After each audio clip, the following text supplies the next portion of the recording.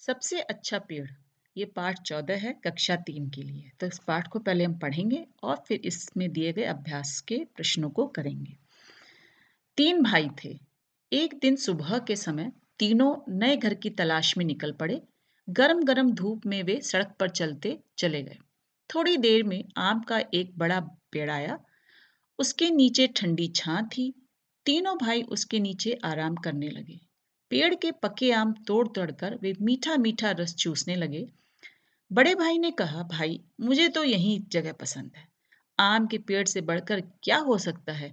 आम कच्चे होंगे तो हम अचार बनाएंगे, और जब वे पक जाएंगे तो हम मीठे मीठे आम खाएंगे, और कुछ आम हम बाद में खाने के लिए सुखा कर रख लेंगे। पहले भाई ने आम के पेड़ के नीचे एक झोपड़ी बनाई और वह वहीं ठहर गया। लेकिन उसके भाई वहां नहीं ठहरे और वे आगे चल पड़े। चलते चलते उन्हें केले के कुछ पेड़ मिले। तभी आसमान में एक काला बादल गुजरा। टप टप पानी बरसने लगा। दोनों भाइयों ने केले का एक एक पत्ता काट लिया। उसके साय में उन पर पानी नहीं गिरा। जरा देर में पानी बादल चला गया। बारिश रुक गई। दूसरे भाई ने कहा, बड़ी भूख लगी है मुझे भी। तीसरे भाई ने कहा। दोनों ने केले का एक पत्ता चीरा। उन्होंने एक एक टुकड़े पर खाना परोसा और दोनों ने भर पेट खाना खाया। इसके बाद एक एक केला भी खाया। इसके बाद उन्होंने एक एक केला भी खाया। दूसरे भाई ने कहा, मैं तो यहीं बना अपना घर बनाऊंगा। केले के पेड़ से अच्छा क्या होगा। बढ़िया केले खाने को मिलेंगे, उनकी सब्जी बनाएंगे, कुछ केले हम बेच देंगे, उनके पैसे से हम चावल खरीद लेंगे और केले के पत्ते भी काम आएंगे। इसीलिए दूसरे भाई ने वहां अपनी झोपड़ी बना ली। मगर तीसरा भाई आगे बढ़ता गया। चलते चलते उसे नारियल का एक पेड़ मिला। पेड़ बड़ा लंबा और पतला था। तीसरे भाई ने कहा, कैसी प्यास लगी है। टप, एक नारियल जमीन पर टप पड़ा। तीसरे भाई ने अपना चाकू निकाला। खर खर नारियल की जटाएं साफ की गईं। फिर उसने नारियल के छिलके से छोटा सा छेद किया और ठंडा ठंडा पानी पिया। नारियल के पेड़ की छोटी सी छां थी। तीसरा भाई उसी की छां में बैठ गया और सोचने लगा, आम का पेड़ बहुत बढ़िया होता है और आम भी बड़ा अच्छा फल है। केले का पेड़ बड़े काम आता का होता होगा और केला खाने में अच्छा होता होगा। पेड़ नीम का भी अच्छा है, उसकी दातुन बड़ी अच्छी रहती है। घर में कोई बीमार हो तो लोग आम की टहनियां दरवाजे पर लटका देते हैं। मेरे पास नीम का पेड़ हो तो मैं उसकी टहनियां बेच सकता हूँ और पेड़ मुझे ठंडी छां भी देगा। और अगर कहीं मेरे पास रबड़ का पेड़ होता तो मैं अपने चाकू निकाल कर पेड़ की छाल में से एक लंबा चीरा लगा कर देता। चीरे के तले में एक प्याला रख देता। पेड़ के दूधिया रस को मैं प्याले में भर लेता। रस को पकाकर मैं रबड़ बना लेता। रबड़ मैं बेच देता। रबड़ के लोग गुब्बारे, टायर और तरह तरह की चीजें बना लेते। अच्छे पेड़ों की क्या कमी है। नारियल के पेड़ की ही सोचो। नारियल की जटाओं को काटकर मैं मोटी डोरियां बना सकता हूँ और डोरियों से मजबूत चटाई भी बना सकता हूँ। रस्सियों और चटाइयों को मैं शहर के बाजार में बेच सकता हूँ। मैं नारियल का पानी पी सकता हूँ। मैं नारियल की गरी खा सकता हूँ और कुछ गरी सुखाकर मैं खोपरा भी तैयार कर सकता हूँ। खोपरे को पेर कर मैं गोले का तेल निकाल सकता हूँ। गोले का तेल साबुन और कितनी ही चीजें बनाने के काम आता है। नारियल के छिलके को साफ करके कटोरे और प्याले बना सकता हूँ। ठीक तो है। मेरे लिए तो यही पेड़ सबसे अच्छा है। मैं तो इसी के नीचे घर बनाऊंगा। और इसलिए तीसरे भाई ने नारियल के तले अपनी कुटिया बनाई और मजे से रहने लगा। तुम्हारे लिए कौन सा पेड़ सबसे अच्छा होगा। तो बच्चों, ये जो कहानी है पेड़ों के बारे में, जे भारतदास की, बहुत ही अच्छी और बहुत जानकारी युक्त है कि पेड़ कोई भी हमारा ऐसा नहीं है जो हमारे काम ना आता हो। हमें हर पेड़ से कुछ ना कुछ ऐसे उत्पाद मिलते हैं जो हम कहीं ना कहीं इस्तेमाल करते हैं। तो हमारा काम है कि हम इन पेड़ों को बिल्कुल कटने ना दें और इनको जितना हो सकता है पानी और इनकी रक्षा करें। ठीक है, अब हम इसके अभ्यासों को लेते हैं कि जरा सोचो, तीनों भाई किस मौसम में घर की तलाश में निकले थे। तो गर्मी में, क्योंकि फल कहाँ कब मिलते हैं, आम के फल गर्मी में मिलते हैं। तुम्हें कैसे पता चला। क्योंकि उन्होंने मीठे मीठे आम खाए। कौन सा महीना होगा, मई या जून का। ठीक है, तो घर की तलाश पर निकलने से पहले वे कहाँ रहते होंगे, ये तो आप सोचेंगे भाई कहाँ रहते होंगे। कैसे चुनोगी कि आपको किस पेड़ के पत्ते का इस्तेमाल आप करेंगे, ये आप कैसे चुनेंगे। मेहमान को खाना खिलाने के लिए केले के पत्ते, बारिश में भीगते समय छाते की तरह केले के पत्ते काम आएंगे, सीटी बजाने के लिए आम के पत्ते काम आएंगे, रंग बनाने के लिए नीम के पत्ते काम आएंगे, गर्मी से परेशान होकर पंखा करने के लिए केले के पत्ते काम आएंगे। ठीक है ना। अब ये है कि क्या लगाओगी, तुम्हें अगर पेड़ लगाना हो तो तुम कौन सा पेड़ लगाओगे और वही पेड़ क्यों लगाना चाहोगे, ये आपका अपने सोचने का नजरिया, इसलिए मैंने इसको नहीं किया इन्होंने, क्योंकि नारियल का पेड़ दिखाया है, पर आप इसमें कुछ और भी लिख सकते हैं।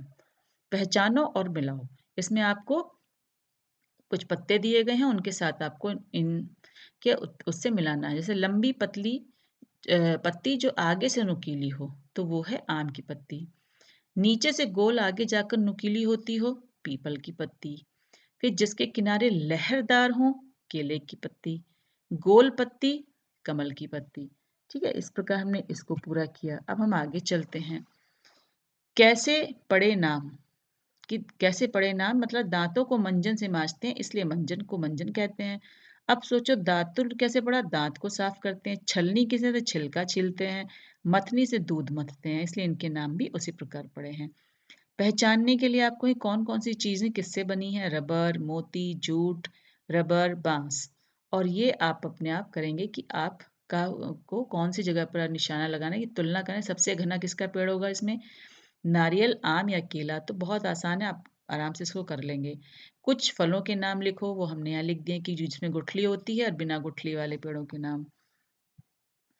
अब आगे देखिए, इसमें आपको एक बधाई कार्ड बनाना है, तो आप बधाई कार्ड इसमें से देख करके बनाएंगे। किसी को भी ग्रीटिंग कार्ड जो होता है, एक मुखौटा बना सकते हैं इसको काट करके, लेकिन ये बहुत छोटा रहेगा। आपको ऐसा ही मुखौटा किसी बड़े पेपर पर ड्रॉ करके कट करके और तब बनाना चाहिए, मास्क जिसको इंग्लिश में कहते हैं। अब है कि इस फल तक आप कैसे पहुंचेंगे, बहुत मजेदार ये गेम होता है, इसको जरूर खेलिएगा, और इसको किसी और कलर से आप ड्रॉ करिएगा, रेड कलर से, तो then you can find out कि आपका ये कौन से रास्ते से आप इस फल तक पहुंच सकते हैं। फिर अब पत्तियों का चिड़ियाघर, ये एक छोटी सी कविता इसमें दी गई है, बहुत अच्छी है, अरविंद गुप्ता के द्वारा।